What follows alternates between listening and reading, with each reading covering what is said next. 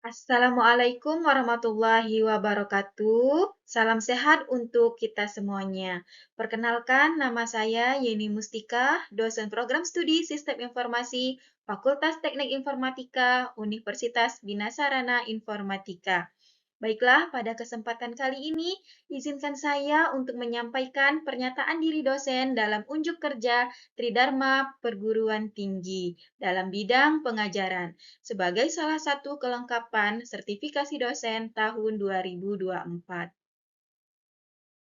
Rumpun ilmu yang saya tekuni adalah pada bidang pendidikan bahasa Inggris.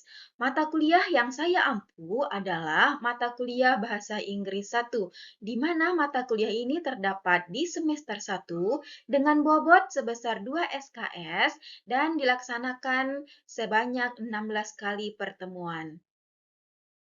Adapun deskripsi mata kuliah Bahasa Inggris 1 ini adalah bertujuan agar mahasiswa dapat memperkenalkan dirinya dalam situasi formal dan informal dengan baik, sehingga dapat mengembangkan potensi yang ada pada dirinya, dapat mendeskripsikan silsilah keluarga mereka dengan baik dan benar, mampu untuk mendeskripsikan lingkungan sekitar, serta berkomunikasi baik secara lisan dan tulisan dalam bahasa Inggris yang baik dan benar. Capaian mata kuliah yang diharapkan pada mata kuliah Bahasa Inggris 1 ini ada sebanyak 12, yang mana yang pertama, mahasiswa mampu menjelaskan perkenalan diri dan menerapkan penggunaan possessive adjective. Yang kedua, mahasiswa mampu menceritakan tentang kegiatan sehari-hari dengan menggunakan kata keterangan waktu. Yang ketiga, mahasiswa mampu mempraktekkan percakapan tentang persediaan barang dan harga. Yang keempat, mahasiswa mempraktekkan percakapan tentang cara mengundang teman dan mengajak ke konser musik atau pertandingan olahraga. Yang kelima, mahasiswa mampu mendeskripsikan secara lisan dan tulisan dengan detail tentang keluarga, anggota keluarga, dengan menggunakan simple tense. Yang keenam, mahasiswa mampu menceritakan tentang kegiatan rutin di rumah dengan menggunakan adverb of frequency. Yang ketujuh, mahasiswa mampu merumuskan past tense dan mempraktekkan secara lisan tentang pengalaman mereka. Yang kedelapan, mahasiswa mampu mempraktekkan penggunaan ungkapan permintaan dan memberikan petunjuk tentang transportasi dan kendala yang dialami seseorang, serta mampu mengaplikasikan penggunaan kata benda countable and uncountable. Yang kesembilan, mahasiswa mampu mempraktekkan percakapan tentang complaints dan request dengan menggunakan two-part verbs. Yang kesepuluh, mahasiswa mampu mempraktekkan penggunaan istilah bidang teknologi beserta fungsinya dan mengaplikasikan penggunaan infinitives gerund dalam kalimat. Yang ke-11, mahasiswa mampu menceritakan secara lisan tentang makanan dengan menggunakan cooking methods. Yang ke-12, mahasiswa mampu mempraktekkan percakapan mengenai acara khusus dan mengaplikasikan penggunaan klausa, waktu, dan klausa adverbial dalam kalimat. Bahan kajian yang akan dibahas pada mata kuliah Bahasa Inggris 1 ini adalah sebanyak 14 materi. Yang pertama, tentang introduction, yang kedua, daily activity, yang ketiga, checking supply, yang keempat, entertainment and invitation, yang kelima, tell about your family, yang keenam, tentang routines, yang ketujuh, akan ada review dan quiz untuk membahas pertemuan 1 hingga 6 sebagai persiapan untuk UTS, dilanjutkan pertemuan 8 dengan UTS, kemudian dilanjutkan dengan materi last activity, kemudian count in the rush, kemudian di pertemuan ke-11 ada okay no problem, pertemuan 12 what is it for, lalu dilanjutkan dengan I have never heard that, kemudian yang terakhir adalah let's celebrate, dan di pertemuan ke-15 akan ada review dan quiz lagi sebagai persiapan untuk UAS, di mana pertemuan ke-16 akan dilaksanakan proses UAS atau ujian akhir. Kegiatan pembelajaran dalam mata kuliah Bahasa Inggris 1 ini adalah dengan menggunakan student-centered learning dan juga project-based learning, di mana pada kegiatan pembelajaran ini, mahasiswa sebagai pusat pembelajaran dituntut untuk bisa aktif dan juga kreatif sehingga dapat menggali potensi ataupun keterampilan yang ada pada mahasiswa, serta dosen menjadi fasilitator dalam kegiatan pembelajaran ini. Kemudian, mahasiswa juga diharapkan mampu untuk dapat memecahkan sebuah masalah dengan kelompok dengan cara membangun kerjasama antara peserta didik ataupun mahasiswa. Metode pembelajaran yang digunakan pada mata kuliah Bahasa Inggris 1 ini adalah metode DIA, yang mana delivery yaitu penyampaian materi oleh dosen yang dilakukan melalui presentasi, kemudian dilanjutkan dengan interaction yaitu interaksi antara dosen dan mahasiswa melalui kegiatan diskusi dan tanya jawab seputar materi yang telah disampaikan, lalu dilanjutkan dengan assessment atau penugasan dan penilaian di akhir pertemuan, yaitu penilaian tentang materi yang telah dilaksanakan. Adapun media pembelajaran yang digunakan dalam proses pembelajaran Bahasa Inggris 1 ini ada beragam. Yang pertama ada MyBest. MyBest ini merupakan salah satu website yang digunakan oleh dosen dan mahasiswa UBSI untuk proses absensi, form tugas, serta form diskusi. Kemudian juga bisa untuk menambahkan materi. Lalu kemudian media PowerPoint. PowerPoint ini digunakan untuk menyampaikan materi oleh dosen. Kemudian ada word wall dan quizzes yang digunakan untuk mendukung kegiatan pembelajaran terhadap materi-materi tertentu. Juga ada YouTube sebagai sumber referensi ataupun video edukasi yang dapat ditonton oleh mahasiswa untuk melengkapi materi pembelajaran. Baiklah, pada PDD UKT-PT bidang pengajaran, pada mata kuliah Bahasa Inggris 1, cuplikan pengajaran yang akan saya sampaikan adalah pada pertemuan ke-12 dengan materi What is it for, yang mana capaian mata kuliah yang diharapkan pada pertemuan ini adalah mahasiswa mampu mempraktekkan penggunaan istilah bidang teknologi beserta fungsinya dan mengaplikasikan penggunaan infinitive gerund dalam kalimat, serta terdapat dua sub CPMK yang diharapkan, yaitu yang pertama, mahasiswa mampu mempraktekkan penggunaan istilah bidang teknologi beserta fungsinya dengan mengaplikasikan penggunaan infinitive dan gerund, serta mampu menuliskan imperatif dan infinitive for suggestion ke dalam sebuah kalimat. Materi yang akan dibahas pada pertemuan ke-12 ini adalah tentang usage and function of things, kemudian infinitives, gerund, serta imperative and infinitives for suggestion. Adapun kegiatan pembelajaran dilakukan melalui perkuliahan tatap muka dengan metode DIA, di mana dosen akan memberikan materi, kemudian dilanjutkan dengan interaksi dengan mahasiswa melalui proses diskusi dan tanya jawab, serta pengaplikasian media word wall ke dalam materi, dan diakhiri dengan asesmen ataupun penugasan. Adapun media pendukung yang digunakan dalam pembelajaran ini adalah media MyBest, PowerPoint, dan juga word wall. Baiklah, selamat menyaksikan cuplikan pengajaran yang dilakukan pada pertemuan 12 dengan mata kuliah Bahasa Inggris 1 dengan materi What is it for? Atas perhatiannya, saya ucapkan terima kasih. Oke, Bismillahirrahmanirrahim. Assalamualaikum warahmatullahi wabarakatuh.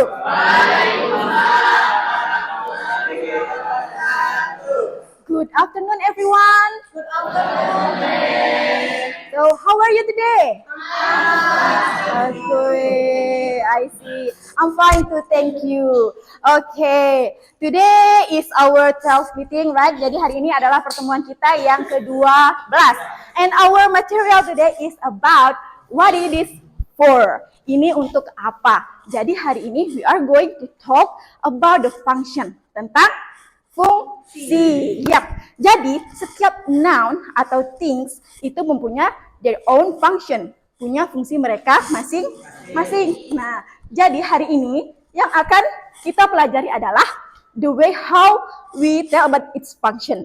Bagaimana sih caranya kita berbicara tentang fungsi dari noun tersebut. Oke.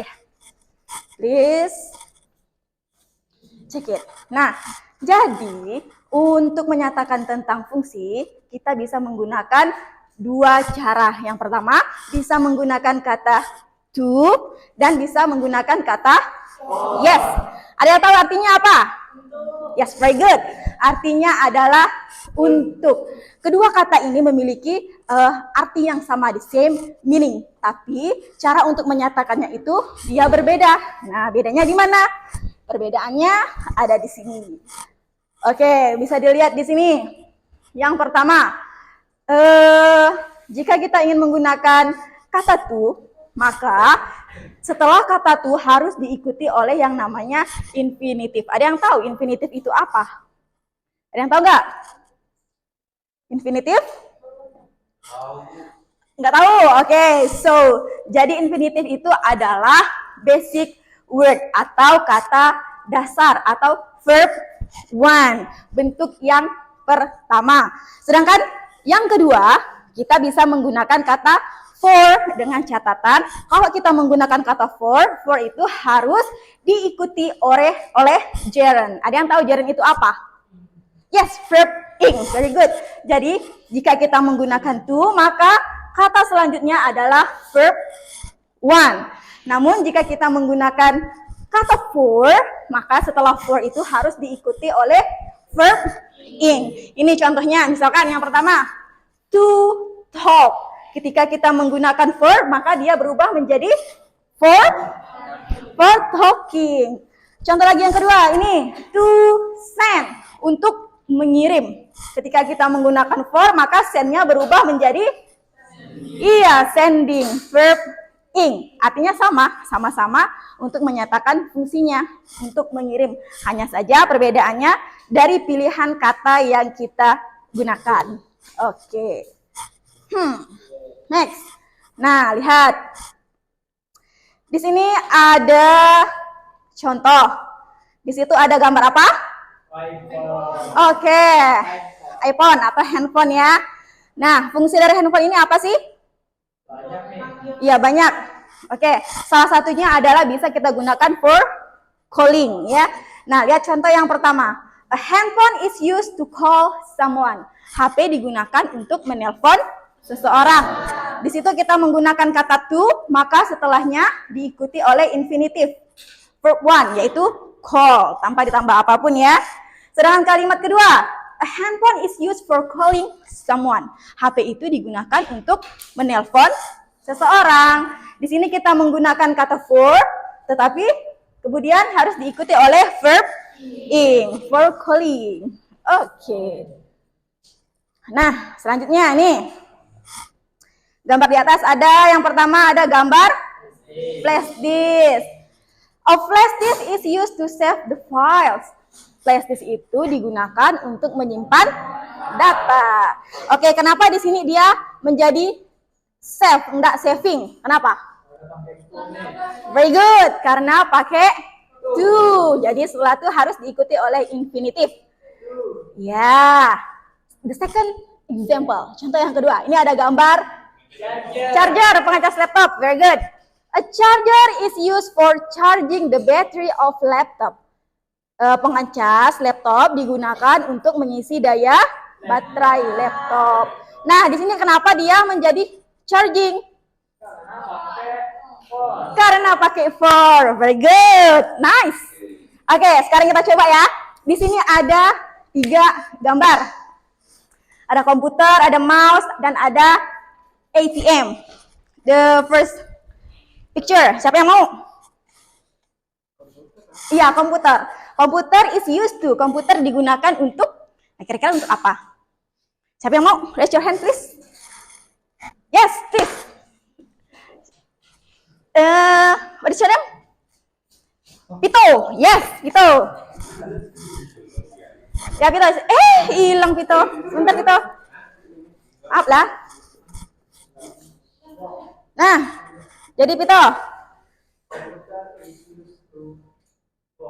To work. Oke, benar ya. Komputer digunakan untuk bekerja. To work. Karena di sini ada kata to, jadi yang digunakan adalah base verb-nya, yaitu infinitive work. Very good. The second picture. Raise your hand, please. Mouse. Anyone? Mouse. Yes, please. The function of a mouse is for.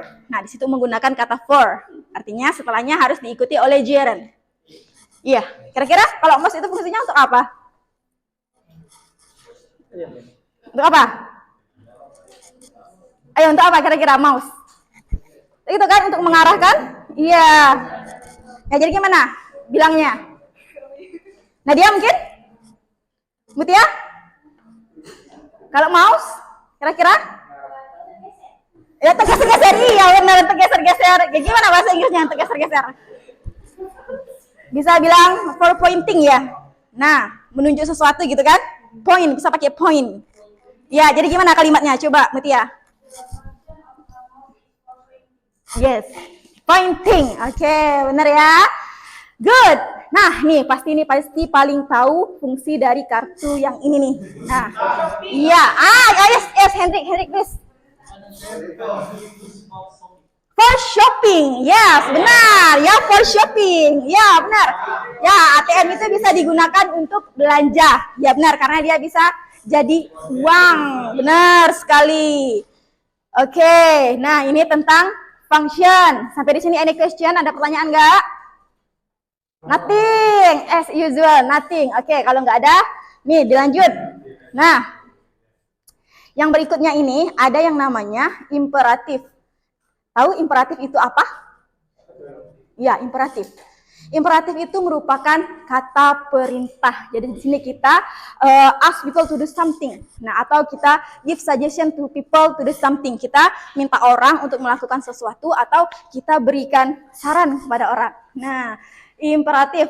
Nah, kemudian jika ada imperatif dan infinitif, nah ketika sudah ada imperatif kemudian diikuti oleh infinitif, maka dia akan membentuk sebuah suggestion atau saran. Nih, contoh dari imperatif. Nih, perhatikan kata-kata yang ada di samping ini. Be sure to, don't forget to, make sure to, remember to. Nah, ini merupakan imperatif, kata perintah, ya kan? Don't forget, jangan lupa. Nah, itu juga merupakan kata perintah kan? Kemudian be sure, pastikan. Make sure, remember. Nah, ketika kata-kata ini diikuti oleh infinitif atau base form tadi, verb one, maka dia akan menjadi sebuah suggestion atau just saran. Nih, lihat.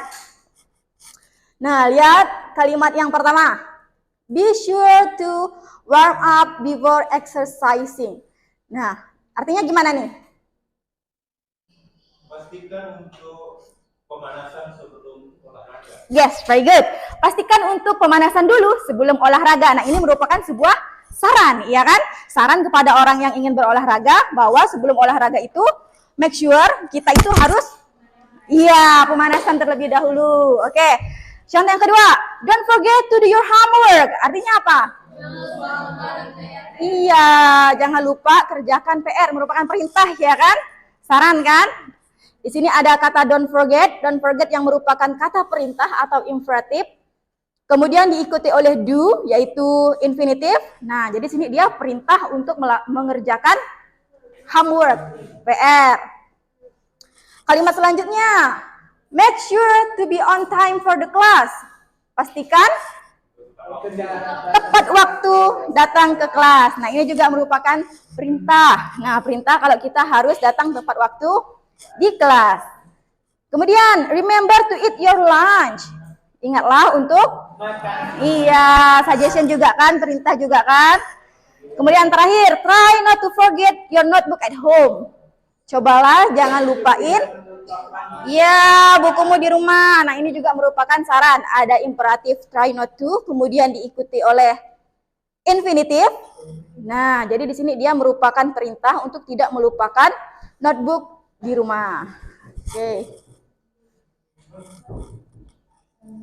Oke, nah sekarang kita masuk nih di example, contoh selanjutnya. Yang pertama, di situ ada gambar yang lagi belajar. Nah, kita bisa beri suggestion terhadap gambarnya. Contohnya, don't forget to study before the test. Jangan lupa belajar sebelum ujian. Nah, itu juga merupakan sebuah saran kalau kita itu harus belajar dulu.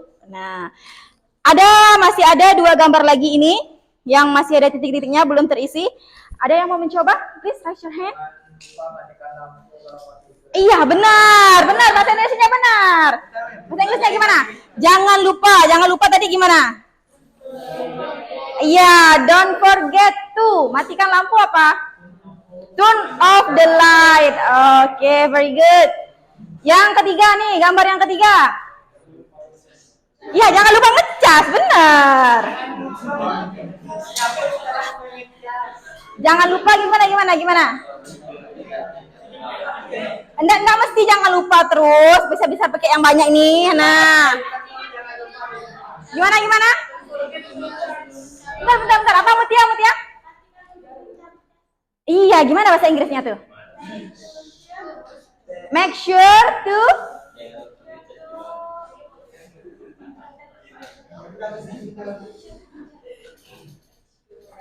mencabut apa? Gimana? Switch off. Bisa switch off kan? The charger. Oke. Nah, jadi itu dia tadi. Jika ada imperatif, kata perintah, kemudian diikuti oleh infinitif atau base verb-nya, maka dia akan membentuk sebuah suggestion. Oke.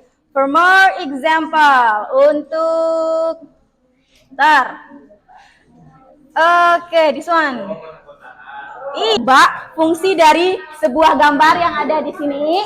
Nah, perhatikan apakah dia menggunakan to atau menggunakan for. Kalau menggunakan to harus diikuti oleh to. Ya, kata kerja pertama. Tapi kalau dia for harus diikuti oleh sip ya. Ready ya? Nah, caranya tiap-tiap orang touch the number, sentuh nomornya, kira-kira mau nomor berapa sambil sebut, misalkan Ramli pilih nomor 4. 4 sambil touch nomor 4, oke? Yes, oke. Siap. Are you ready? 6. Oke. What it is for? It is ini apa? It is for reading. Book. Fungsinya adalah? It is for reading, untuk baca. Yes, very good. Yang mana? Which one yang benar? B. Oke.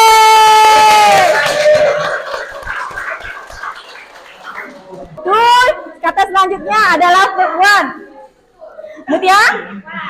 5. 1. Alright. What is it? Keyboard. Okay. What is the function? Yang A, we can use it for typing. Let's check. Yes, nice. Benar ya? For typing. Okay, Herina. 9. Okay, what picture is it? Ini gambar apa? Printer. Okay, what is the function? C for? Are you sure? For print files?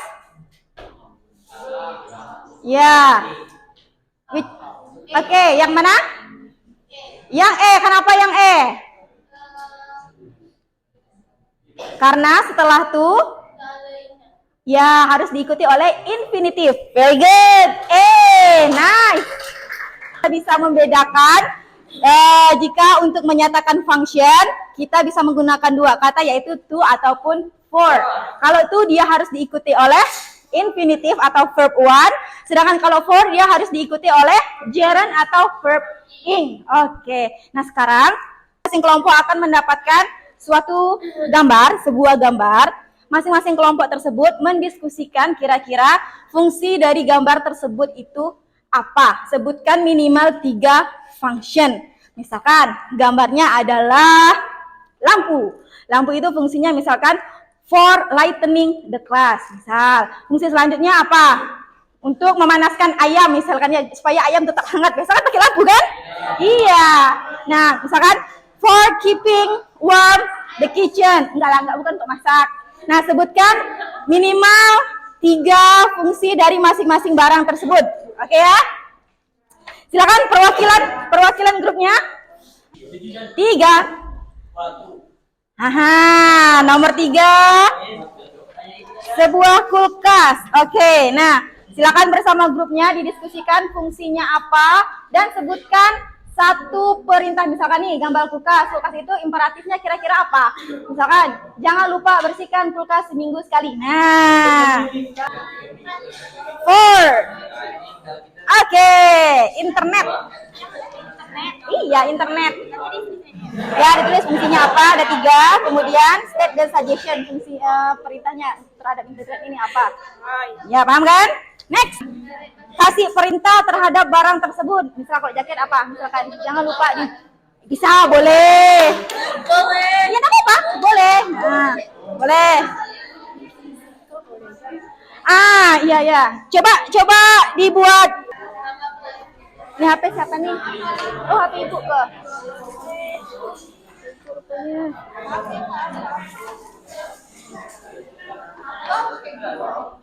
Saya Cara. Kenapa? Kan? Ya. Kenapa?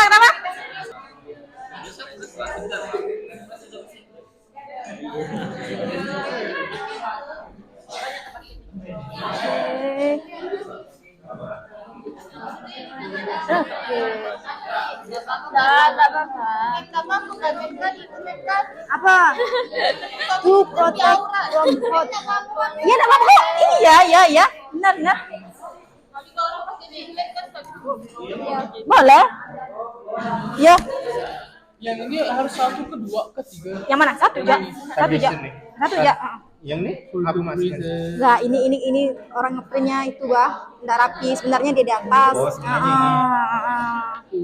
Udah. Ini enggak Bu. Kenapa? Enggak apa? Nah, ya, dibacakan yang keras. Ya. Berdiri sini, Ja, enggak apa-apa. Semuanya attention please. Dah, stand up, berdiri.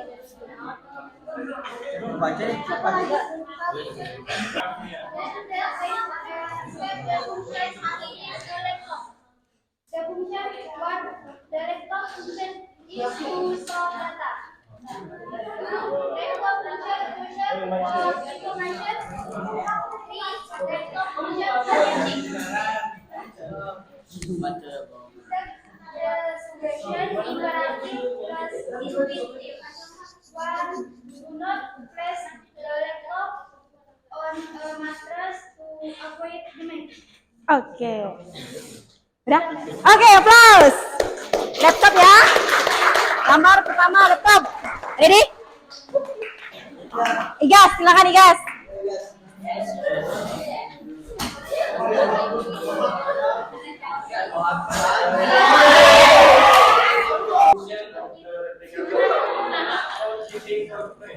Oke. Aha. The function of the regulator is to store the various types of food and drinks. Okay, good. The suggestion? Suggestion. Number 1. Yes. Throw away the refrigerator materials of use and buy a new one. Okay, very good. Nice. Thank you. Refrigerator. Semuanya sudah mendapatkan bagian masing-masing dan sudah tells about the function of the thing. Sudah bisa menceritakan tentang fungsi dari suatu benda. Jadi tadi sekali lagi diingatkan untuk menyatakan fungsi dari suatu barang. Yang pertama kita bisa gunakan to. Kalau to harus diikuti oleh verb one atau infinitive. Very good. And then the second one kita bisa menggunakan kata for. Kalau for dia harus diikuti oleh verb ing atau gerund. Nah, yang terakhir tadi ada cara membuat kata perintah ya. Ketika ada kata perintah disatukan dengan infinitif, maka dia akan membentuk sebuah apa namanya? Imperatif atau suggestion. Oke, very good. Jadi sampai di sini any question, ada pertanyaan nggak? No? Nothing? Okay, if there is no question again, I think enough for our meeting today. Thank you very much for your nice attention. See you again next week. Assalamualaikum warahmatullahi wabarakatuh. Okay.